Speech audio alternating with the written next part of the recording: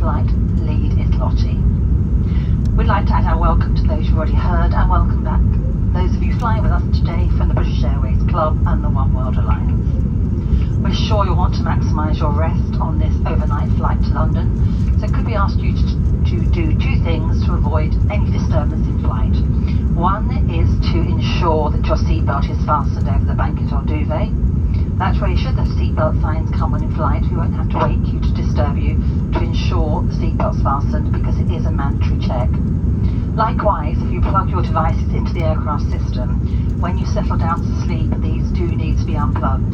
If we notice the blue charging light is on, we may have to wake you in order to get this switched off.